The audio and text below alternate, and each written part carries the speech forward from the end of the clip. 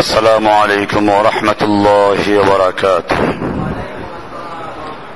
ইন্নাল হামদালিল্লাহ ওয়াস সালাতু ওয়াস সালামু আলা রাসূলিল্লাহি ওয়া বা'দ। আমরা জুমার পরে দারসুল হাদিস বুখারী শরীফের থেকে পেশ করছিলাম। আজকে দ্বিতীয় হাদিস।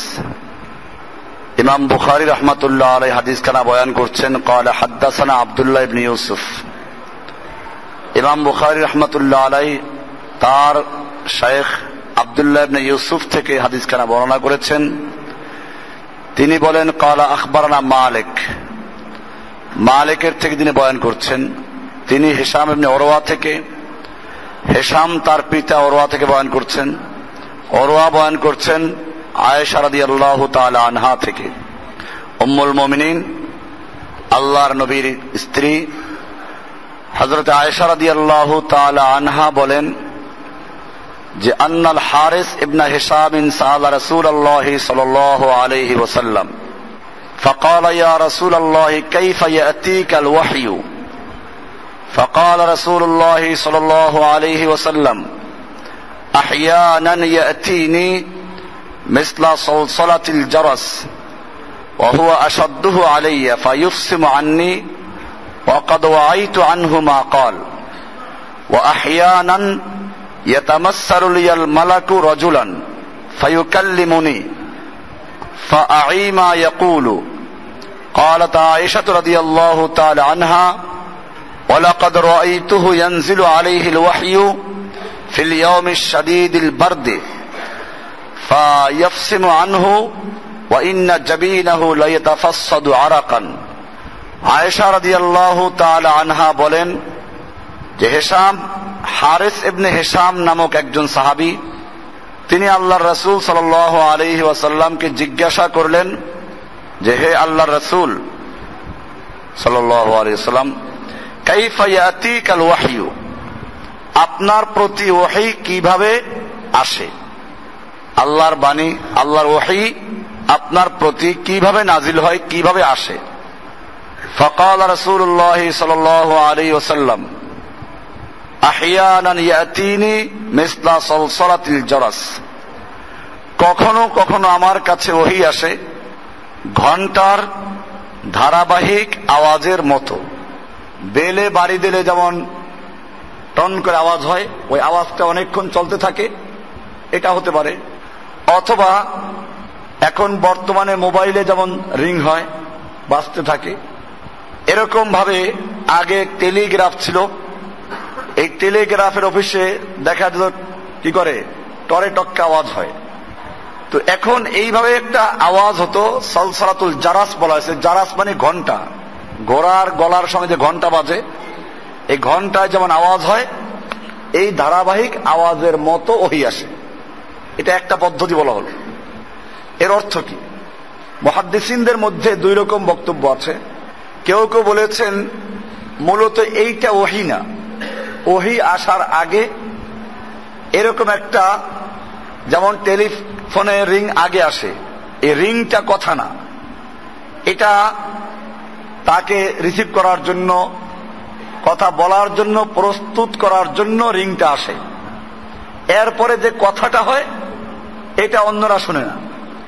এই ব্যাখ্যা যদি আমরা মানি তাহলে অর্থ দাঁড়ায় এই যে এই যে ঘন্টার আওয়াজের মতো যেটাকে বলা হলো, এটা মূলত ওহী আসার পূর্বে সতর্ক করার জন্য একটা এলান।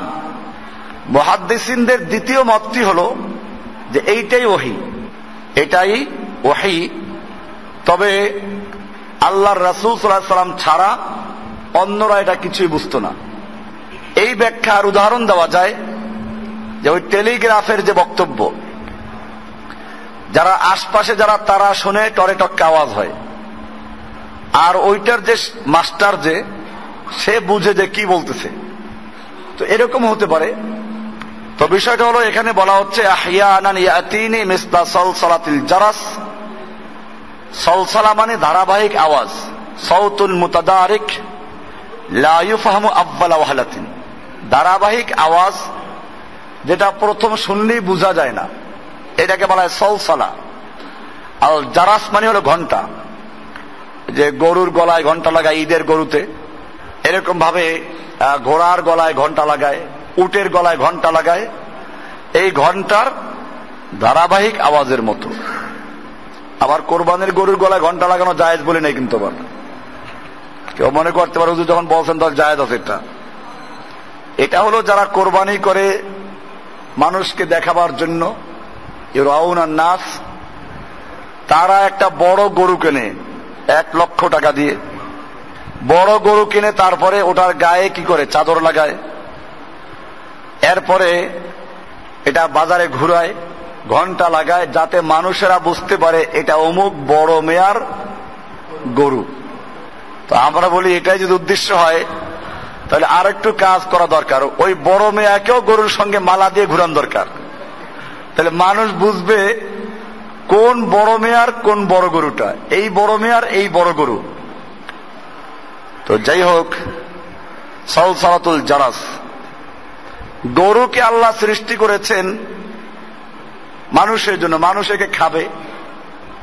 আর এখন মানুষ গরুর পূজা করে, আগে করতে হিন্দুরা, এখন করে কারা? এই যে লক্ষ লক্ষ কোটি কোটি হিন্দু গরুর পূজা করে, অথচ গরু আল্লাহ সৃষ্টি করেছেন কাদের জন্য? মানুষের খাওয়ার জন্য। মানুষের দ্বারা উপকৃত হবে, চামড়া দিয়ে উপকৃত হবে। কোরআনে আছে এগুলো, আবার লেকচার আছে, ওই যে মারিফাতুল্লাহ, আল্লাহর পরিচয়, ওই অংশটা আপনারা বারবার শুনবেন। ওর মধ্যে আছে পশু জগৎ দিয়ে আল্লাহর পরিচয় কিভাবে হয়, আসমানের মহাকাশের বিষয় নিয়ে কেমনে আল্লাহর পরিচয় হয়, সমুদ্র জগৎ নিয়ে আল্লাহর পরিচয় কিভাবে আছে, এই বিষয়গুলো বিস্তারিত ওখানে আলোচনা করা হয়েছে। ওর মধ্যে গরু, উট, দুম্বা, ভেড়া এগুলো আছে। এখন মানুষেরা গরুর পূজা করে। এই সপ্তাহে আটরশির ওরস চলছে বা হয়ে গেছে। তো আমি মাহফিলে আসবো ভোলার থেকে, যাব আর এক মাহফিলে, বাংলার এক প্রান্ত থেকে আর এক প্রান্তে, মাঝখানে আটকা পড়লাম গরুর কারণে। যতগুলো ফেরি সবগুলো দখল করছে কারা? গরুওয়ালারা, হাজার হাজার গরু। আর এই মাওয়ার থেকে ঢাকা পর্যন্ত প্রায় 5-6টা ক্যাম্প আসলো, গরুর ক্যাম্প।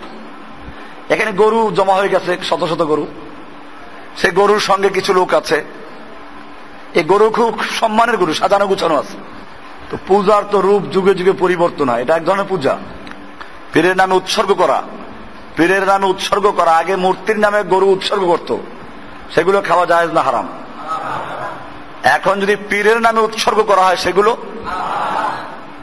খাওয়া জায়েজ নাই।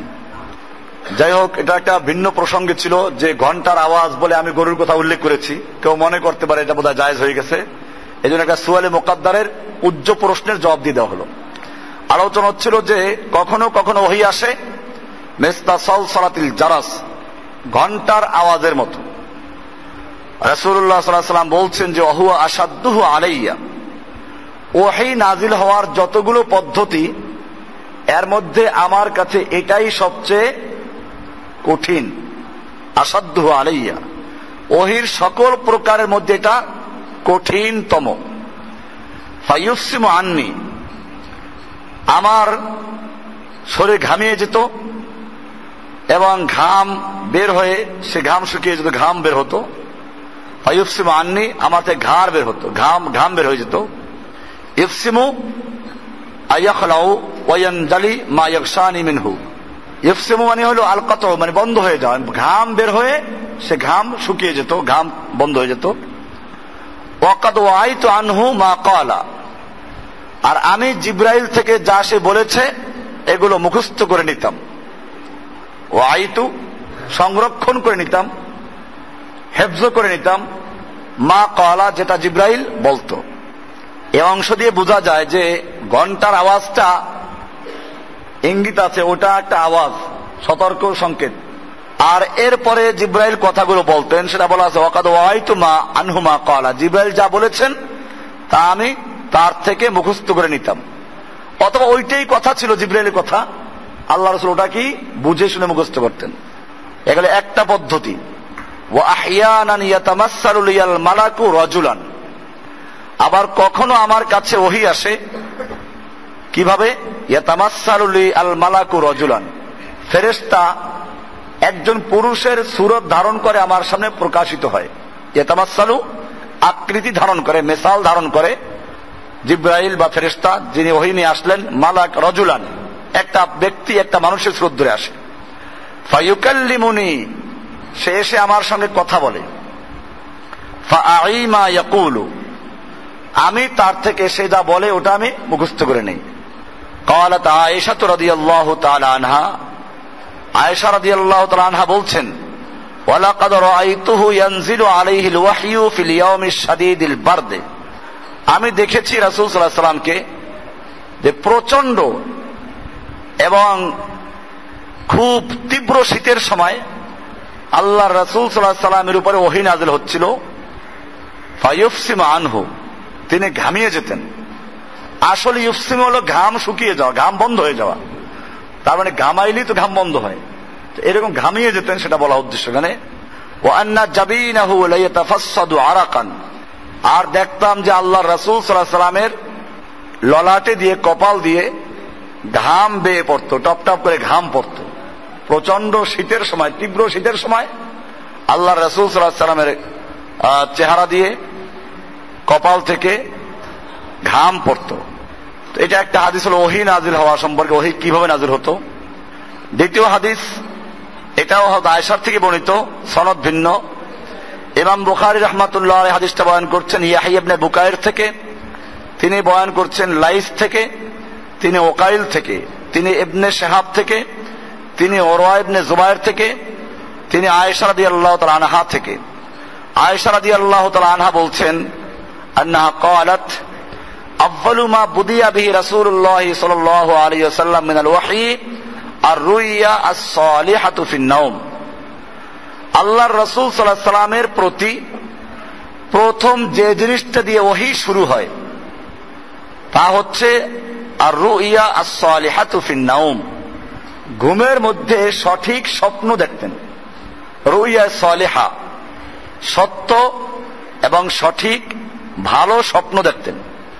ফাকানা লা ইয়ারা রুয়ান ইল্লা জাআত মিসলা ফালাকিস সুবহি, আল্লাহর রাসূল সাল্লাল্লাহু আলাইহি ওয়াসাল্লাম যে স্বপ্নটা রাতের বেলায় দেখতেন ওটা দিনের বেলায় একেবারে সুবহে সাদেক যেমন আকাশ চিরে আলোকিত হয়ে বের হয়ে আসে, এরকম ভাবে দিবালোকের ন্যায়, আমরা বলি বাংলায় দিবালোকের ন্যায়, দিনের আলোর ন্যায় এখানে বলা আছে ফালাকিস সুবহি। এমনি ফালাক মানে হচ্ছে কোন জিনিসকে বিদীর্ণ করে বের হওয়া, একটা দানা এটা চিরে যেমন তার থেকে গাছের চারা বের হয়, অঙ্কুর বের হয়, ওটাকে বলা হয় ফালাক। তো এখানে বলা আছে মিসলা ফালাকিস সুবহি, সকাল যেরকম, সকালের আলো যেরকম অন্ধকারকে চিরে, অন্ধকারকে বিদীর্ণ করে বের হয়ে আসে, আল্লাহর নবী সাল্লাল্লাহু আলাইহি ওয়াসাল্লাম রাতের বেলা যে স্বপ্ন দেখতেন দিনের বেলায় সেটা এরকম আলোকিত এবং বাস্তবায়িত হতো। ফাকানা লা ইয়ারা রুয়ান ইল্লা জাআত মিসলা ফালাকিস সুবহি, এভাবে চললো। মুহাদ্দিসিনে কেরাম বা অন্য হাদিসে আছে যে এটা প্রায় 6 মাস পর্যন্ত এরকম আল্লাহর রাসূল সাল্লাল্লাহু আলাইহি ওয়াসাল্লাম স্বপ্ন দেখতেন, এবং রাতের বেলা যে স্বপ্ন ঘুমে দেখতেন দিনে ওটা একেবারে বাস্তবায়িত হতো, দিবালোকের মতো, দিনের আলোর মতো বাস্তবায়িত হতো। সুম্মা হুব্বিবা ইলাইহিল খালাউ, এরপরে আল্লাহর রাসূল সাল্লাল্লাহু আলাইহি ওয়াসাল্লামের কাছে নিসর্গতা, নির্জনতা বা একাগ্রতা, এটা আল্লাহর রাসূলের কাছে প্রিয় হয়ে উঠল। হুব্বিবা মানে প্রিয় হয়ে দেখা দিল, আল্লাহর রাসূলের কাছে প্রিয় করা হয়েছে আল খালা, নির্জনতা, একাগ্রতাকে। ওয়া কানা ইয়াখলু বিগারি হিরাইন, আল্লাহর রাসূল সাল্লাল্লাহু আলাইহি ওয়াসাল্লাম এ সময় গারে হেরাতে গিয়ে অবস্থান করতেন। ইয়াখলু খালওয়াত, নির্জনতা অবলম্বন করতেন। ফায়াতাহান্নাসু ফীহি, সেখানে গিয়ে তাহান্নুস করতেন। তাহান্নুসের ব্যাখ্যা দিচ্ছেন ওয়াহুয়া আত-তাআব্বুদুল লায়ালি দাওয়াতিল আদাদ, একাধারে কয়েক রাত পর্যন্ত আল্লাহর ইবাদতে মশগুল থাকতেন। এতে বোঝা যায় যে আল্লাহর রাসূল সাল্লাল্লাহু আলাইহি ওয়াসাল্লাম আগেও ইবাদত করেছেন এবং মক্কার লোকেরা আগেও আল্লাহর ইবাদত করত, কারণ এখনো তো ওহী নাযিল হয় নাই। তাহলে কিসের ইবাদত করতেন? তাআব্বুদুল লায়ালি, ইবাদত করতেন। কয়েক রাত পর্যন্ত একাধারে ইবাদত করতেন। ক্বাবলা আন ইয়ানজিআ ইলা আহলিহি, নিজের পরিবারের কাছে ফেরত আসার আগে, মানে ফেরত আসতেন না, কয়েক রাত থাকতেন। ওয়া ইয়াতাযাব্বাদু লিযালিকা, এবং এটার জন্য তিনি খাবার এবং তার আসবাবপত্র সাথে নিয়ে যেতেন। ইয়াতাযাব্বাদু জাত বলা হয় সফরের জন্য যে উপকরণ প্রয়োজন হয়, এটা আল্লাহ নবীর সঙ্গে নিয়ে যেতেন। এখানে পরিষ্কার আছে যে আল্লাহ নবী সাল্লাল্লাহু আলাইহি ওয়াসাল্লাম কয়েকদিনের খাবার দাবার যা প্রয়োজন এগুলো সঙ্গে নিয়ে যেতেন। আর খাদিজা রাদিয়াল্লাহু তাআলা আনহা ওই পাহাড়ে উঠতেন যাইতেন, এর কোনো সহিহ রিওয়ায়াত নেই। ওইখানে গেলে দেখছি, আমি উঠছি পাহাড়ে কয়েকবারই উঠছি, আগে যখন হালকা পাতলা ছিলাম আরো একটু, তখন উঠছি, দৌড়েই উঠছি। এখন উঠতে গেলে খবর হয়ে যায়, অনেক উচ্চতে, প্রায় নিচের থেকে 3 মাইল উপরে। এরপরে পাহাড়ের মাথায় উঠে একটা চিপা জায়গা দিয়ে আরেক পাশে যেতে হয়। এরপরে ওখানে গিয়ে 3টা পাথর, এই 3টা পাথরের নিচে একটা গুহা। এটা যদি ঠিক মতো দাঁড়ায় তাহলে একজনের জায়গা, আর কষ্ট করে দাঁড়ায় তাহলে 2 পাশে 2 জন দাঁড়াইতে পারে, 3 জন দাঁড়াইতে পারে। এরকম একটা গুহার নাম হচ্ছে গারে হেরা। আমি গারে হেরাতেও গেছি। এটা যাওয়া কোনো ইবাদত না আবার যে আপনারাও যাইবেন বরকতের জন্য, তা না, দেখার জন্য। ঐতিহাসিক জায়গা, দেখা তো যায়। গারে সুরেও গেছি সেই দেখার জন্য, যেখানে আল্লাহ রাসূল সাল্লাল্লাহু আলাইহি ওয়াসাল্লাম আত্মগোপন করেছিলেন, হিজরতের প্রাককালে যেখানে আত্মগোপন করেছিলেন। তো গারে হেরা হচ্ছে একটা গুহার নাম। ওই গুহাটা যেই পাহাড়ে, ওই পাহাড়টার নাম হচ্ছে জাবালে নূর। কি নাম? জাবালে নূর হচ্ছে পাহাড়ের নাম। জাবালে নূর এজন্য বলা হয়, অন্যান্য পাহাড়গুলো একটু কালাচে, কিন্তু ওই পাহাড়টা একটু লালচে মনে হয়, অন্যান্য পাহাড় থেকে দেখতে একটু ব্যতিক্রম মনে হয়। তো এই জন্য ওটাকে বলা হয় জাবালে নূর, আলোকিত পাহাড়। ওই জাবালে নূরের একটা গুহার নাম হচ্ছে গারে হেরা। কাজে গারে হেরা কোনো পাহাড়ের নাম না। এটা অনেকে ভুল বুঝে, গারে হেরা পাহাড়ে উঠছে। গারে হেরা কোনো পাহাড়ের নাম না, গারে হেরা হচ্ছে কি গুহার নাম। আর ওই গুহাটা যেই পাহাড়ে, ওই পাহাড়ের নাম হচ্ছে কি জাবালে নূর। ওই পাহাড়টাতে উঠলে পুরা মক্কা দেখা যায়। এখনো একেবারে পুরা মক্কা শহর ওখান থেকে দেখা যায়। আমি নিচে তাকাই দেখলাম যে মানুষগুলো, গাড়িগুলো ছোট ছোট পিঁপড়ের মতো দেখা যায়। গাড়িগুলো একটু রোজ বাচ্চাদের খেলনা গাড়ি আছে ওরকম দেখা যায়। বাইতুল্লাহ শরীফ পর্যন্ত দেখা যায়। এতে বোঝা গেল যে আল্লাহর একটা বিশেষ ইঙ্গিত ছিল এখানে। নতুবা ওর চেয়ে উঁচু পাহাড়ও আছে মক্কাতে, ওটার চেয়ে আরো অনেক বড় পাহাড় আছে। তো সেই পাহাড় তো আল্লাহ রাসূল যান নাই। এরপরে ওই গুহাটাও একটা দুর্গম জায়গায়, ওখান থেকে পড়ে মানুষ মারাও যায়। এই জন্য সৌদি সরকার ওই পাহাড়ের রাস্তার মুখে অনেক বড় বড় সাইনবোর্ড লাগাইছেন, আরবিতে, উর্দুতে, ইংলিশে। এখন বর্তমানে এই গত বছর থেকে বাংলায় যোগ হয়েছে যে এই পাহাড়ে আপনারা চড়বেন না, পাহাড়ে চড়া কোনো ফজিলতের বিষয় না। এখানে উঠে মানুষ কষ্ট করে, পিপাসায় কাতর হয়ে যায়, কেউ মারা যায়, এটার কোনো ফজিলত নাই। তো এইটা বয়ান করতে গিয়ে বক্তারা ওইখানে গিয়ে দেখেছি, যারা গ্রুপ নিয়ে যায়, হজের গ্রুপ নিয়ে যায়, এরা ওইখানে গিয়ে বুঝায়, আল্লাহর নবীর স্ত্রী খাদিজা কত কষ্ট করেছেন, আল্লাহর নবী যে কষ্ট করেছেন ওটা মেলান হয়ে গেছে। কষ্টটা গেল কার দিকে? শয়তান কত চালাক, প্রত্যেকটা জায়গায়। ওইখানে গেলে ঠিক আছে, তুমি গেছো ওখানে, আল্লাহ রাসূল সাল্লাল্লাহু আলাইহি ওয়াসাল্লাম এখানে কি করেছেন, সে খালওয়াত, নিঃসঙ্গতা, নির্জনতা ইবাদত করেছেন, ধ্যান করেছেন, ঠিক আছে, তুমি এটা দিয়ে শিক্ষা গ্রহণ করতে পারো। আল্লাহর কুদরতকে চিন্তা করা, সহি জিনিসকে, এটা দ্বারা আবার ওই সুফিদের খালওয়াত না। সুফিরা এইখান থেকে নিয়ে গেছে, এই তো পাওয়া গেছে, কি পাওয়া যায়? ধ্যান করা। এই জন্য একদম খালি ভাবনা, ধ্যান করে, এদের ইবাদত না। এদের ইবাদত কি? ধ্যান করা। এটা না, এটা তো আল্লাহর রাসূল সাল্লাল্লাহু আলাইহি ওয়াসাল্লামের নবুয়ত প্রাপ্তির আগের মুহূর্ত। আল্লাহর কুদরত, আল্লাহর রহস্য ইব্রাহিম আলাইহিস সালামও করেছেন। ইব্রাহিম আলাইহিস সালাম রাতের বেলায় বসে গেছেন, তারকা নিয়ে গবেষণা করছেন, এটা রব। তাহলে এখন কি আপনিও তারকাকে রব বলবেন? ও তো শিরিক। মানে তারকাকে রব বলেছেন না, কোরআনে আছে। এরপরে তারকা যখন দেখলো ডুবে যায়, কয়েকদিন পর দেখা গেল আবার কি করে, পূর্ণিমার চাঁদ। তো পূর্ণিমার চাঁদ এইটা আবার রব। এরপরে দেখে যে না, তার চাঁদটাও আস্তে আস্তে আবার চিকন হয়ে যায়, এটা রব হতে পারে না। যা ক্ষয় হয়, লয় হয়, এগুলো রব হতে পারে না। আবার কয়েকদিন পর সূর্যের দিকে তাকাইলেন, তো মনে করেন এটা সূর্য। মানুষের চিন্তার পরিবর্তন হয়। আপেল তো সবসময় পড়ে, আপেল সবসময় গাছ থেকে পড়ে না, তো ওই বিজ্ঞানী যেদিন আপেল গাছের নিচে বসে রইল, হঠাৎ করে আপেল পড়লো, আর তিনি এখান থেকে মধ্যাকর্ষণ আবিষ্কার করে ফেললেন। কেন উনি আপেল পড়া আগে দেখেন নাই? কত কিছু তো পড়ে, গাছের পাতা পড়ে, আপেল পড়ে, কমলা পড়ে, বড়ই পড়ে, তাল পড়ে। তাল তো বেশি, তাল পড়ার প্রবাদ আছে।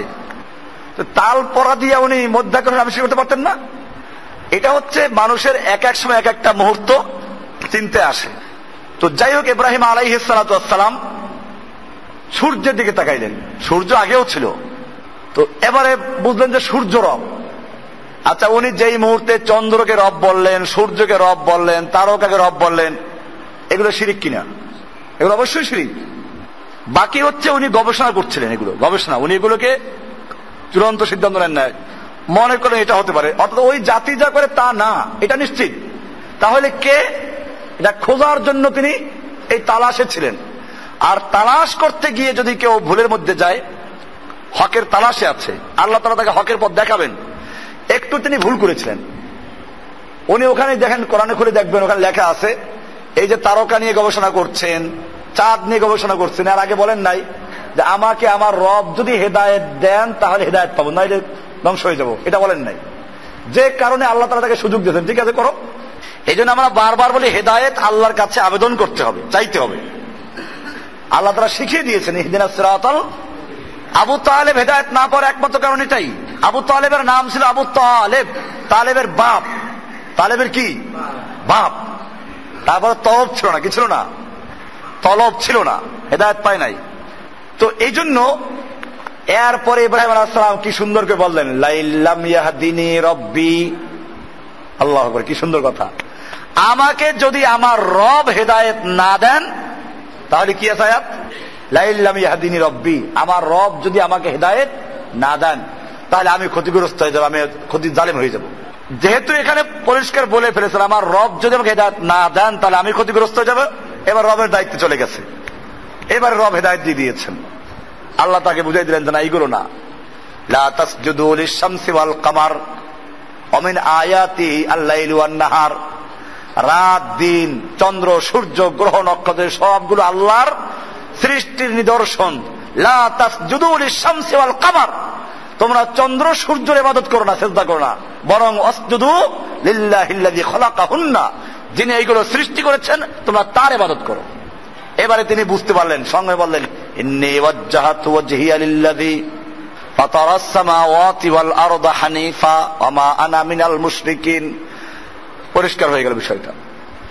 তো আল্লাহর নবী সাল্লাল্লাহু আলাইহি ওয়াসাল্লাম নবুয়ত প্রাপ্তির আগে হকের তালাশে দেখলেন যে আমার জাতি যা করছে এইটা দ্বীনে ইব্রাহিম না, এইটা হকের পথ না, এই 360 দেবদেবী মূর্তি এগুলো আল্লাহর কাজ না।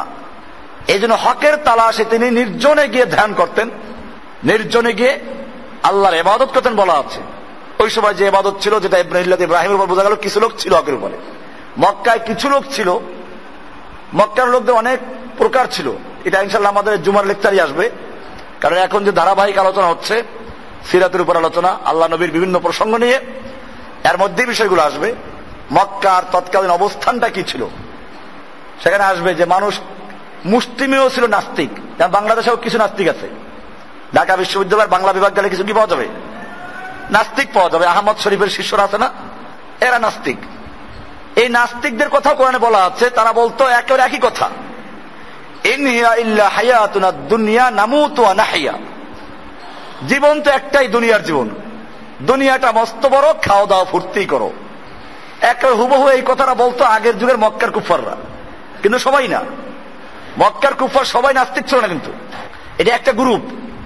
যেমন বললাম যে বাংলাদেশে একটা গ্রুপ আছে, কোথায়? ঢাকা বিশ্ববিদ্যালয়ের বাংলা বিভাগে। সবাইকে দোষ দিয়েন না, বাংলা বিভাগের কিছু, তা সবাই না। যারা আহমদ শরীফের শিষ্য, কবির চৌধুরীর শিষ্য, এরকম হুমায়ুন আজাদের শিষ্য, কবি শামসুর রহমানের শিষ্য, এগুলোর নাম কি সুন্দর দেখছেন নাকি? বোঝা গেল এগুলোর মা বাপ কি ছিল, মোটামুটি ভালো ছিল, নাহলে এত সুন্দর নাম রাখে নাকি? তাদের মা বাপ তো বল্টু ঝল্টু রাখে নাই। বল্টু, জন্টু, পিন্টু, মন্টু, দুলু, ভুলু, আলু, খালু, লালু, ফালু, আসলে কতগুলো? এই বিএনপির সময় শুনছেন কতগুলো নাম ছিল? দুলু, ভুলু, লালু, ফালু, যত আলতু ফালতু সব কিনে গেছিল। এরকম এইসব নাম তো রাখে নাই, নামগুলো রেখেছিল কি সুন্দর, আহমদ শরীফ, শামসুর রহমান, রহমানের সূর্য, আল্লাহ সূর্য। আবার কি হুমায়ুন আজাদ, এটা যদিও ওই রকম কোন নাম না, কিন্তু তারপর একজন মুসলিম শাসকের নামে। এরকম ভাবে কি ছিল, কবির চৌধুরী।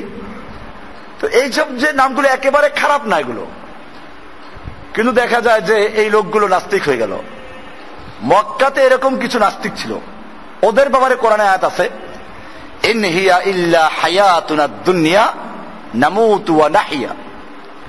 এই লোকগুলোরই কিছু লোকের আল্লাহ নবী যখন বললেন মৃত্যুর পরে আবার জীবিত হবে, তখন একেবারে পুরো একটা হাড্ডি নিয়ে আসছে, ওই যে 1000 বছরের হাড্ডি নিয়ে আসছে। এটা বলল, একটা ফু দিল, এক পাশ দিয়ে ফু দিয়েছে, আর এক পাশ দিয়ে বের হয়ে চলে গেছে। দেখাইলো যেটা অসার, কোন এর মধ্যে কোনো প্রাণের কোনো অস্তিত্ব নাই। এরপরে আর এক চাপ, গুড়ি করলো, পাউডার করলো, আল্লাহ নবীর সামনে এগুলো হচ্ছে। এরপরে আর এক ফু দিল উড়াইয়া। এরপরে যুক্তি যে এই যে পাউডার করে দিলাম, বলো এগুলো কে জীবিত করবে, কেমনে জীবিত করবে? আল্লাহ তাআলা সূরা ইয়াসিনের শেষে আয়াতগুলোর উত্তর দিলেন, অদরাবা লানা মাসালান, আমাদের সামনে একটা যুক্তি পেশ করেছে, মাসাল যুক্তি। এরপরে আল্লাহ তাআলা একটা খোঁড়া, একটা ছোট্ট একটা খোঁচা দিলেন, অদরাবা লানা মাসালান ওয়া নাসিয়া খালকাহ, সে তার নিজের সৃষ্টিকে ভুলে গেছে। এরপরে আল্লাহ উত্তর দিচ্ছেন, কুল ইউহীহাল্লাযী আনশাআহা আউয়ালা মাররা, হে নবী আপনি ওদেরকে জানিয়ে দিন, যে এই পাউডার করলো, উড়িয়ে দিল, ওকে বলে দিন এই হাড্ডি সেই মহান সত্তা, মহান বিজ্ঞানী, মহান জাত আবার পুনর্বার সৃষ্টি করবেন, যিনি আগে প্রথমবার সৃষ্টি করেছিলেন। কটকটিওয়ালারা পুরাতন জিনিস নিয়ে যায় না, পুরাতন জিনিস নিয়ে আবার নতুন করে নিয়ে আসে, এটা খুব সহজ। কিন্তু এই জিনিসগুলো প্রথম যারা তৈরি করেছে তারা কেউ সহজ তৈরি করতে পেরেছে? প্রথম তৈরি করতে অনেক চিন্তা গবেষণা করে তারপরে এটা তৈরি করতে হয়েছে। আল্লাহ তাআলা সেটা বললেন, তোমার এই হাড্ডি তো এখন তো আছে, এটা নমুনা আছে, পাউডার গুলো আছে, এই পাউডার গুলোকে একাত্র করে তৈরি করা তো কঠিন না, এগুলো একাত্র করবেন সে, তিনি যিনি প্রথমবার এগুলো সৃষ্টি করেছেন। তুমি কি চিন্তা করেছো এই হাড্ডিটা তৈরি করতে কি কি উপাদান লেগেছে, কত জায়গার জিনিস লেগেছে? কক্সবাজারের লবণ কয় মন খেয়েছে খবর আছে? এক উত্তরবঙ্গের চাল, এরপরে মোটা চাল, চিকন চাল, ডাল, মুসুরি ডাল, খেসারি ডাল, এরপরে কি আছে না ওই যে কুমিল্লা টাকায় লাসা লাসা মাসকলাই ডাল, এরপরে আপেল, আঙ্গুর, আলু বুখারা কাশ্মীর থেকে আসবে, এরপরে অস্ট্রেলিয়ার কি আছে আপেল, এরপরে এখন চায়নার ছোট ছোট আপেল, বড় আপেল, ছোট আপেল, মোটা আপেল, চিকন আপেল, এরপরে বেদানার দানা, তরমুজ, খরবুজ, কত কিছু। এরপরে মুরগি, কয়টা খোপের মুরগি খেয়েছে খবর আছে কিছু? এরপরে গরু, ছাগল, দুম্বা, উট, ভেড়া, মোষ, কি খাওয়া খাইলো। একটা হাড্ডি তৈরি হতে কত উপাদান ব্যবহার হয়েছে, এইটা আল্লাহ তাআলা আরেক জায়গায় বিস্তারিত উত্তর দিয়েছেন সূরা আবাসার মধ্যে। সেখানে বলা আছে, ফালিয়ানজুরিল ইনসানু ইলা তাআমি, মানুষ তার খাদ্যের দিকে তাকাক না, কি উপাদান দিয়ে তাকে আমি তৈরি করছি। আন্না সাবাবনাল মাআ সাব্বা, আমি তার জন্য পানি প্রবাহিত করে দিয়েছি। সুম্মা শাকাকনাল আরদা শাক্কা, এরপরে আমি জমিনকে বিদীর্ণ করে দিয়েছি, চিরে দিয়েছি, তারপর গাছ ওঠে। আল্লাহ জমিনটাকে তক্তা বানাই দিত, নিচে কিছু উঠতে পারত? শাকাকনাল আরদা শাক্কা। এরপরে একই জমিনে একই জায়গায় আমের বাগান যারা করে, আম গাছ বড় হওয়ার আগ পর্যন্ত ওখানে আরো ফসল দেয়। একই জমিনে আমের গাছ আছে, ফাঁকে সরিষা আছে, আবার আপেল আছে, আঙ্গুর আছে, আবার দেখা যায় যে কি আছে, ধান আছে। আল্লাহ বলছেন একই জমিনের একই পানি, একই সার, কিন্তু কয়েক প্রকারের গাছের মধ্যে কয়েক প্রকারের ফল ধরলো, প্রত্যেকটার স্বাদ আলাদা আলাদা। আন্না সাবাবনাল মা সাব্বা সুম্মা শাকাকনাল আরদা শাক্কা, এরপরে আমি জমিনকে বিদীর্ণ করেছি, তারপরে ফাআমবাতনা ফিহা হাব্বান ওয়া ইনাবান ওয়া কাযবা, আমি তোমাদের জন্য ওই জমিনের থেকে বের করেছি ইনাবান ওয়া কাযবা, হাব্বান বিভিন্ন প্রকার দানা, শস্য দানা, হাব্বান দানা জাতীয়, বাদাম, ধান, গম, আর এগুলো কত প্রকার, আবার ভুট্টা, কত প্রকার। এরপরে আবার এনাবান আঙ্গুর, বিভিন্ন ফল, আল্লাহ বলছেন এই সবগুলো আমি তৈরি করেছি, খালি তোমাদের জন্য না। তোমরা খাইবা, তোমাদের গরুকে খাওয়াই থাকবে না, এজন্য আবার আছে মাতা আল্লাকুম ওয়া লিআনামিকুম, তোমাদের জন্য এবং তোমাদের পশুগুলোর জন্য এগুলো আমি তৈরি করেছি। আল্লাহ বলছেন যে এই সব কিছু উপাদান দিয়ে যিনি তোমাকে প্রথমবার তৈরি করেছেন তিনি তোমাকে আবার দ্বিতীয়বার তৈরি করতে পারবেন। এ হইল প্রথম প্রকার, যারা বললাম যে নাস্তিক ছিল মুসলিমও, তাদের জন্য কোরআন বলছে এগুলো। কিন্তু মক্কার সবাই নাস্তিক ছিল না, বেশিরভাগ ছিল আস্তিক, ধর্মমান্ত। এদের সম্পর্কে আমার আলোচনায় প্রায়ই পাবেন যে আল্লাহ তাআলা এদের সম্পর্কে বলেছেন যে হে নবী, আপনি যদি ওদেরকে জিজ্ঞেস করেন যে আসমান সৃষ্টি করেছে কে, তারা বলবে আল্লাহ। তাহলে এরা নাস্তিক ছিল না। আবু জাহেলও নাস্তিক ছিল না। আবু জাহেল যে আল্লাহ নবীর সঙ্গে যুদ্ধে লিপ্ত হয়েছে, এটাকে আপনারা মনে করেন যে সে ধর্ম মানত না এই জন্য যুদ্ধ? সে ধর্মযুদ্ধ করেছে, জেহাদ করেছে। সে কি করেছে? সে বলছে মুহাম্মদ সাল্লাল্লাহু আলাইহি ওয়াসাল্লাম বেদিন হয়ে গেছে, আমরা বাপ দাদা ধর্ম সে ত্যাগ করেছে, এই জন্য লড়াই করতে গেছে। এই জন্য বদরের যুদ্ধে যাওয়ার আগে বাইতুল্লাহ ধরে সে দোয়া করেছে। বদরের যুদ্ধের আগের রাত্রে সে দোয়া করে, যারা সিরাতের কিতাব পাবেন, যে আল্লাহ আমরা তোমার ঘর নির্মাণ করি, তোমার ঘরে সংস্কার করি, তোমার হাজীদেরকে পানি খাওয়াই, তাদেরকে মেহমানদারি করি, আর মুহাম্মদ সাল্লাল্লাহু আলাইহি ওয়াসাল্লাম একটা বেদিন হয়ে গেছে, আমাদের বাপ দাদার ধর্ম ত্যাগ করেছে। কাজী তুমি এই দুইটা দলের মধ্যে যেই দলটা তোমার কাছে হক তাদেরকে সাহায্য করো। নিজের হকের উপরে থাকা যদি কত দৃঢ়তার সঙ্গে সে বিশ্বাস করত, কত বিশ্বাস করে সেই দোয়া করে। সে দোয়া করে না যে আমাকে সাহায্য করো, তার মানে আমি তো হকের উপরে, কোনো সন্দেহ নাই, মুহাম্মদ সাল্লাল্লাহু আলাইহি ওয়াসাল্লাম বাতিল। এই জন্য সে এটা বলল যে আমাদের এই দুইটা দলের মধ্যে যেই দলটা তোমার কাছে হক তুমি তাকে সাহায্য করো। আল্লাহ তাআলা সেটাই করেছেন। আল্লাহ নবী বলেছেন সেটা, যে আল্লাহ তাআলা আবু জাহেলের অন্য দোয়া কবুল করুক বা না করুক, এটা করেছেন যে দুইটা দলের মধ্যে যেটা হক তাকে সাহায্য করেছেন। আল্লাহ তাআলা তার নবীকে সাহায্য করেছেন আর আবু জাহেলদেরকে ধ্বংস করেছেন। এরকম বুশ যে যুদ্ধ শুরু করে গেল, আপনারা কি মনে করেন যে বুশ যুদ্ধ করছে এমনি ধর্মযুদ্ধ? বুশ তার যুদ্ধ ঘোষণা করেছে কি বলে? ক্রুসেড, ক্রুসেড, ক্রুসেড, 3 বার বলছে সে। আমার কাছে হুবহু তার ভিডিও আছে। সে যে প্রথম লেকচারে 3 বার সে বলেছে, কি বলছে? সে ক্রুসেড মানে জানে না কি হচ্ছে, নাকি না জানে বলছে? বুশ ইংরেজি ভাষায় বেশ সুন্দর পারদর্শী। আপনি কয়েকজন ইংরেজ বার করেন না, বুশের মতো সুন্দর উচ্চারণ করতে পারে? বুশের ইংরেজি উচ্চারণ সুন্দর ছিল কিনা? যারা ইংরেজি ভাষা ভালো জানেন তারা দেখবেন, তার ভাষা ভালো করে শুনবেন। সেই ভাষার ভালো পণ্ডিত, সে ভালো করে বুঝে যে ক্রুসেড মানে কি, না বুঝতে বলে নাই। এরপরে আপনারা দেখবেন ওরা যখন ইরাকে আফগানিস্তানে সৈনিকদেরকে পাঠায় তখন বাইবেল মাথায় দিয়ে শপথ করে তারপরে পাঠায়, গির্জায় নিয়ে পাঠায়। সুতরাং বুঝতে হবে আমাদেরকে যে বিষয়গুলো এত হালকা না।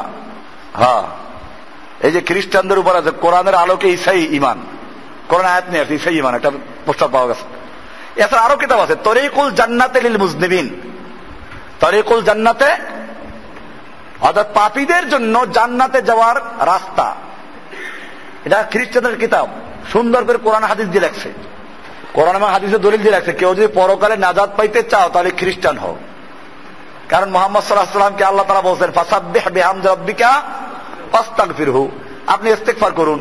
তো যে নিজেকে আল্লাহ তাআলা ইস্তেগফার করতে বলেছেন, নিজেই পাপী, তো সে তোমার জন্য কি সুপারিশ করবে? সুপারিশ করার জন্য নিষ্পাপ হওয়া দরকার। সে নিষ্পাপ ছিল, ঈসা আলাইহিস সালাম আল্লাহর পুত্র, তিনি খ্রিস্টানদের গুনাহ সব মাথায় নিয়ে তারপরে কি করছেন, ওই যে কি করছেন, শুলিবিদ্ধ হয়েছেন, কাজে সব মাফ হয়ে গেছে, উনি সুপারিশ করতে পারবেন। এই জন্য যদি নাজাত পাইতে চাও খ্রিস্টান হও।